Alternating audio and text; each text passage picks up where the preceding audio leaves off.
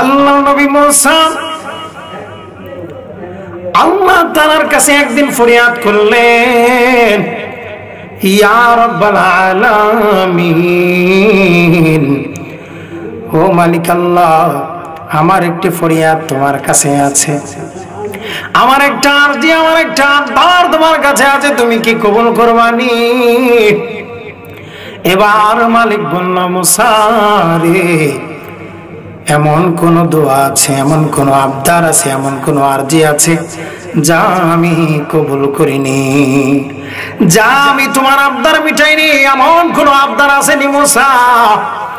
এইবার মুসা বলে, ইয়া রাব্বাল আলামিন, আমি জানি তুমি আমার দোয়া কবুল করবা, তুমি আমার সকল আবদার মিটাইবা, তারপরেও আমি তোমার কাছে কেন যেন কোনো কিছু আবদার কইরা মজা পাই।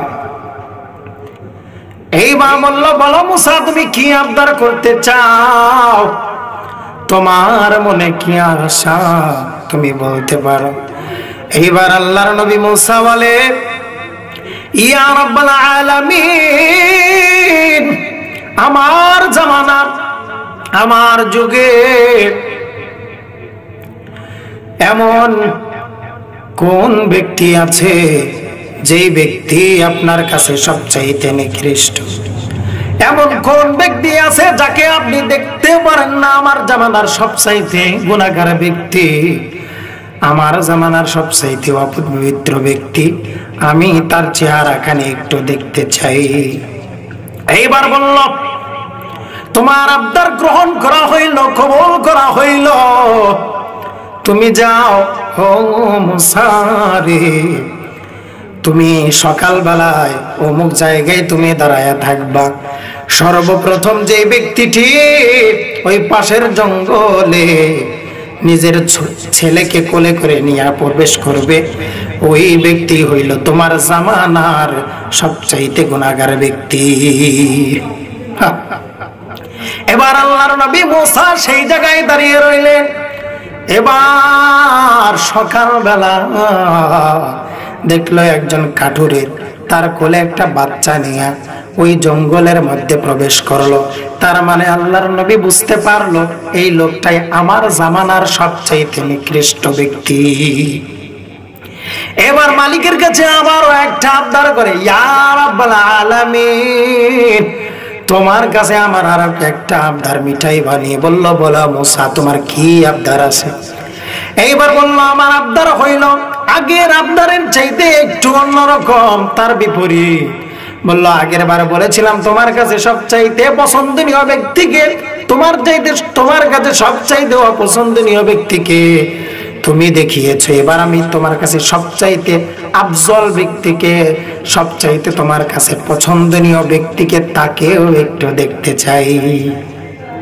এবার আল্লাহ তাআলা বললেন, মুসা, তুমি যেই জায়গায় সকালবেলা দাঁড়িয়েছিলা সেই জায়গায় আবার তুমি সন্ধ্যাবেলায় দাঁড়ায় থাকবা।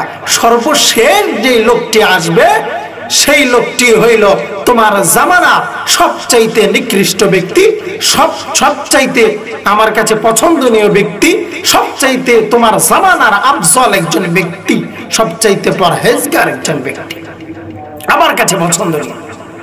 এবার আল্লাহর নবী মুসা সেই জায়গায় দাঁড়িয়ে রইলেন। এবার দাঁড়ানোর পর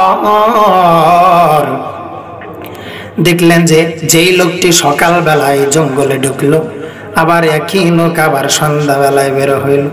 যেই ব্যক্তিকে সকালবেলা দেখলাম গুনার বোঝা মাথায় লইয়া যাইতে, আবার এখন আবার কিভাবে পবিত্র হয়ে গেল, এখন আবার কিভাবে আল্লাহ তাআলার কাছে এত আফজল ব্যক্তি হয়ে গেল, আমি বুঝলাম না।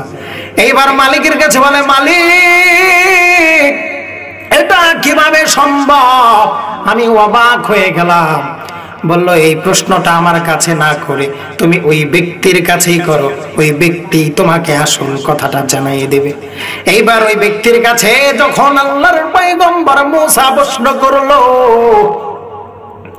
সকালবেলা আমি মালিকের কাছে একটা দোয়া করেছিলাম, বলেছিলাম আমার জামানার সবচাইতে গুনাহগার ব্যক্তিকে, তখন মালিক আপনার নাম নিয়েছিল, আবার যখন আমি দোয়া করলাম যে সবচাইতে তোমার কাছে পছন্দনীয় ব্যক্তিকে, তখনও আপনার নাম বলল।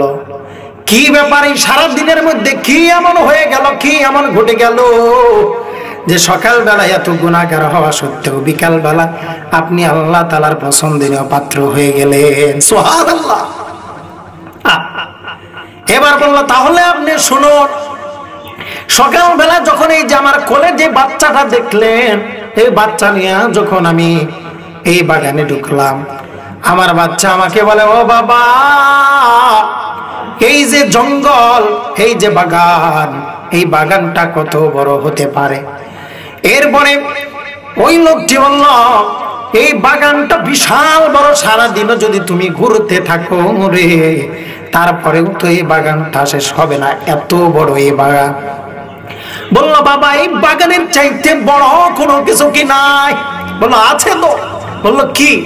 বলল, এই বাগানের চাইতেও বড় হইল এই যে পার্শ্ববর্তী যে এলাকাটা দেখতেছে, এটাই তো এর চাইতে বড়। বলল, এর চাইতে বড় কিছু কি নাই? বলল, আছে, এই দেশটা হইল এর চাইতে বড়। বলল, দেশের চাইতে বড় কিছু কি নাই? বলল, আছে পৃথিবী। এবার ওই বাচ্চা বলে, বাবা, এই পৃথিবী যদি এত বড় হয়, এই পৃথিবীর চাইতে বড় কোনো কিছু কি নাই? এইবার বলে, বাবা, তুমি এই প্রশ্নটা আমাকে আর করো না, এই প্রশ্নের উত্তর আমি দিতে পারবো না। বলল, না বাবা, আমার এই প্রশ্নের উত্তর দিতে হইবে, তুমি আমাকে এই প্রশ্নের উত্তরটা দাও, তাহলে আমি চুপ হয়ে যাও। এরপরে চোখের পানি ছেড়ে দিয়ে কান্দে আর কান্দে আর বলে,